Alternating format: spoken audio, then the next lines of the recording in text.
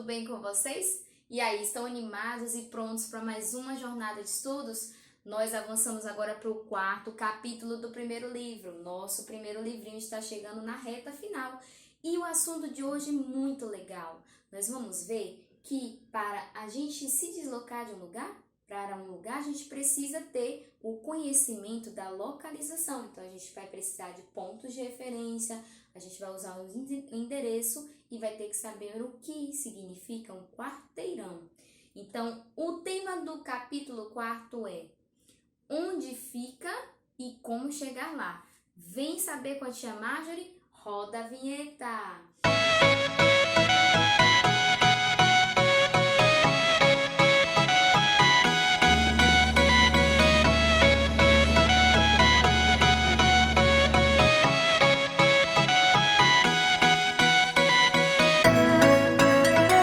Então, divininhos e divininhas, como eu estava falando, né? Esse cenário aqui vocês já conhecem, né?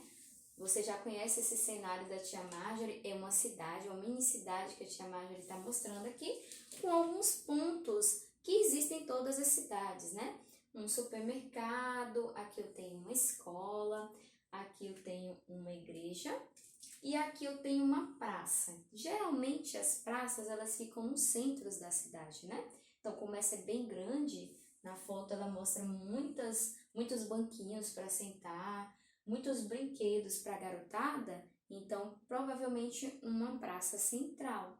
Vocês conseguem identificar também que nessa cidade que a tia trouxe aqui, que a tia montou para vocês, nós temos algumas placas, né, indicando aí as direções, as localizações, né, desses pontos da nossa cidadezinha, certo? Então, o capítulo de hoje, vamos imaginar o seguinte. Imagine que você tem que informar onde é a sua casa para um coleguinha. Como você utilizaria para informar esse coleguinha o endereço da sua casa, onde você mora? Né? O que você diria para esse coleguinha? Vamos pensar um pouquinho? Pois eu aposto que você iria usar algumas das expressões. A minha casa fica ali, a minha casa fica atrás da ponte, a minha casa fica em cima de uma loja, a minha casa fica perto de um viaduto, a minha casa fica perto de um supermercado, a minha casa fica longe. Então, nós utilizamos algumas expressões de localização, como perto, longe, dentro, fora, à direita, à esquerda, né? Em cima, abaixo, atrás. Todas essas expressões, elas indicam, né, uma localização, ou seja, uma ação, né, onde eu estou indicando um local, certo? Se dentro, se está fora, se está atrás, se está em cima. Todas essas expressões, elas estão corretas, vocês podem utilizar isso. Mas pense aí como seria se todo mundo falasse, minha casa fica ali, a casa da minha tia é para lá, né? Então, já pensou que bagunça ia ser uma bagunça, né? Então, para que não acontecesse isso, foi criado um endereço. E aí, ó, o endereço, ele tem algumas características, né? Para a gente ver se uma pessoa saber onde é que ela mora, né? Se nós quisermos mandar uma cartinha para essa pessoa, uma cartinha da Páscoa, agora que nós já estamos aí, né? No feriadinho de Páscoa, uma cartinha, né? Um coelho da Páscoa. Se nós quisermos mandar para a casa dessa pessoa, a gente vai ter que precisar saber o endereço. Todo endereço deve ter algumas características básicas, né? Para ser considerado um endereço existente, um endereço ok. Então, a primeira característica que o endereço vai ter é informar uma via. Essa via pode ser uma rua, pode ser uma travessa, pode ser uma avenida, certo? Depois que nós identificamos o nome da rua, ou da avenida, ou da travessa, nós vamos identificar aí o número do local, né? Então, o número da casa pode ser o número de um prédio, pode ser o número aí de um apartamento dentro do prédio. Então, você tem que colocar o número do prédio e mais o número do apartamento que a pessoa mora. Aí, depois que nós encontramos, né, a rua ou avenida ou a travessa e mais o número do prédio ou da casa que a pessoa mora, nós vamos identificar agora o quê? Pense pensa aí o que que nós temos que saber para chegar. Será que a gente sabe só? Será que a gente chega na casa de alguém sabendo só o nome da rua e o número? Não. A gente precisa saber o nome do bairro. Então, a gente vai atrás da informação do bairro. Então, o endereço tem que ter o bairro. E esse bairro, né? Por exemplo, o bairro, deixa eu ver, bairro Góes Calmon. Esse bairro Góes Calmon existe somente em Itabuna? Não. O bairro Góes Calmon existe em outras cidades também. Então, o nome do seu bairro pode ser um bairro também existente, por exemplo, em Ilhéus, pode ser um bairro existente em uma cidade, né, da Bahia. Então, você tem que identificar também a cidade, certo? Então, nós temos aí, ó, nome da via, o endereço do local, nós temos o nome do bairro, nós temos aí a cidade e ainda falta mais alguma coisa para a gente identificar. Hein, divininhos, vocês acham que falta mais alguma coisa para a gente chegar nessa cidadezinha aqui, no endereço correto, né, dessa cidade? Falta o CEP. Então, todo endereço tem um CEP. O que é um CEP? O CEP é um código, né, que cada uma dessas vias, cada um desses endereços, eles possuem, cada via possui um código cadastrado nos Correios. Então, para a gente enviar uma cartinha, um presentinho, a gente precisa do CEP certinho para enxergar, para poder essa cartinha ou essa correspondência que a gente quer mandar chegar até o endereço correto, tá? Então, o CEP, ele também entra como um dado do endereço, tá? O endereço só tá completo quando ele tem o nome da via, o número, a cidade, o bairro, a cidade e o CEP, né? E aí a gente acrescenta ainda o país, certo? Então, nós temos aí esses detalhes. Vimos que nós temos o endereço como um ponto de localização que facilita muito a gente chegar ao ponto exato que nós queremos, né? E na paisagem, nós também vamos ter outros pontos de localização e de referência. E aí sim, a tia vai mostrar para vocês que cada um desses elementos, né, ele vai ter uma função, tá? Ele vai ter uma função.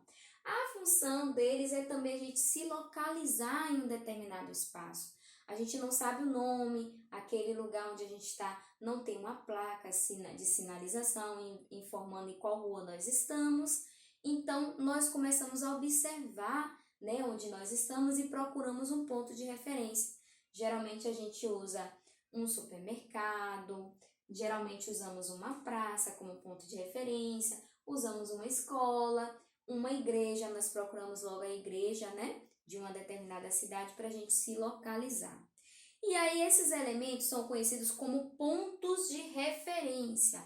Então, todos esses elementos são conhecidos como pontos de referência, tá?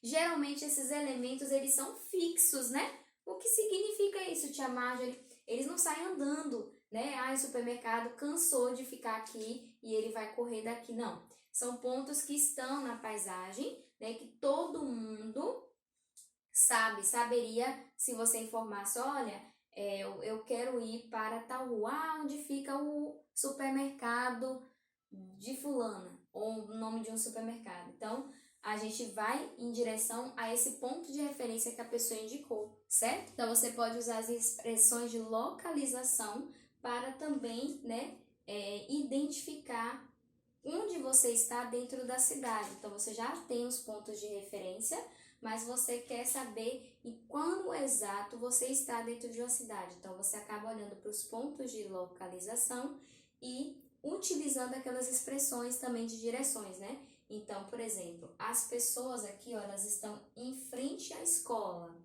A escola fica ao lado do supermercado. O supermercado é essa plaquinha que indica que esse supermercado, a direção dele está na direção sul, certo? Aqui é uma praça. A praça está na direção norte, né? No centro da cidade e na direção, ó, que vai para o norte, certo? A igreja já está na direção norte. Então, olha só. Você está mais perto da praça ou mais perto da igreja?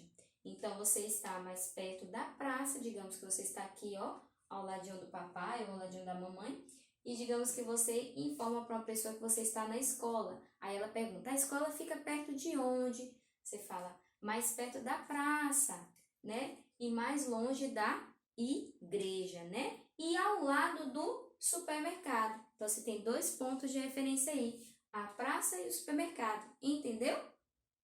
E aí nós podemos ver também, divininhos, que, olha só, aqui vamos imaginar que passam algumas vias, né? Porque as pessoas precisam andar.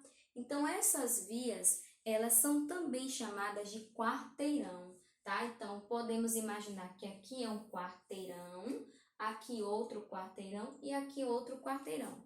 Então, os quarteirões nada mais são do que uma divisão, né, do espaço das cidades, que são formados quarteirões, que normalmente são uma forma de retângulo, tá? Então, imagine aí um retângulo, um quadrado, as formas de retângulo, que vão ter características diferentes em relação aos tipos de construções divinos.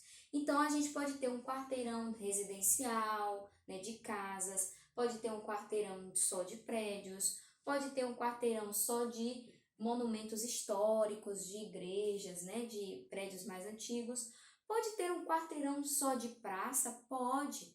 Então, o quarteirão ele vai se diferenciar, ele é do mesmo modelo, ele é um retângulo, mas ele vai se diferenciar pelas construções que ele vai ter. Então, olha só, vamos dar uma olhadinha aí nas fotinhos dos quarteirões que a tia separou para vocês? Além dos quarteirões, a gente vai ter aqui também uma outra característica, né? São as esquinas. Então, a gente vai ter aí os cruzamentos de esquinas, que na verdade são quando nós vemos 2 vias, uma interligando a outra e aquela quininha arredondada. Então, os cruzamentos de esquina também são outras vias que a gente vai poder observar na nossa aulinha hoje. Olha aí, a tia está passando para vocês um cruzamento de esquina. E quantos cruzamentos vocês conseguem ver nessa fotinho? Vocês conseguem ver 2 cruzamentos, ou seja, 2 ruas interligadas aí? Ou vocês conseguem ver 3? Vamos discutir isso na nossa aulinha online, tá? E o que você acha de fechar essa aulinha hoje com chave de ouro, fazendo um belo desenho para tia do quarteirão da sua casa? Então faz aí o desenho do quarteirão da sua casa, identificando as ruas, né? Então cada rua dessa aqui, ó, né? Cada via dessa pode ser uma travessa, pode ser, né, um cruzamento de esquina. Cada rua dessa tem um nome. Então geralmente as ruas têm nomes. Vamos ver a placa aí que a tia colocou lá no início do vídeo. Novamente mais uma placa com um nome, né? Então veja aí quais são as ruas que estão próximas da sua casa. Faça um desenho de um quarteirão, lembrando que ele tem que ser um retângulo, né? Identificando as ruas da sua casa e os pontos de referência do seu quarteirão, certo?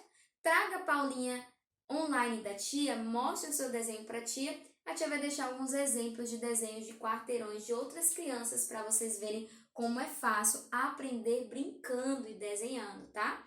Então, nós ficamos por aqui por hoje. Eu aguardo vocês na minha aulinha online. Um beijo, meus amores, e até lá!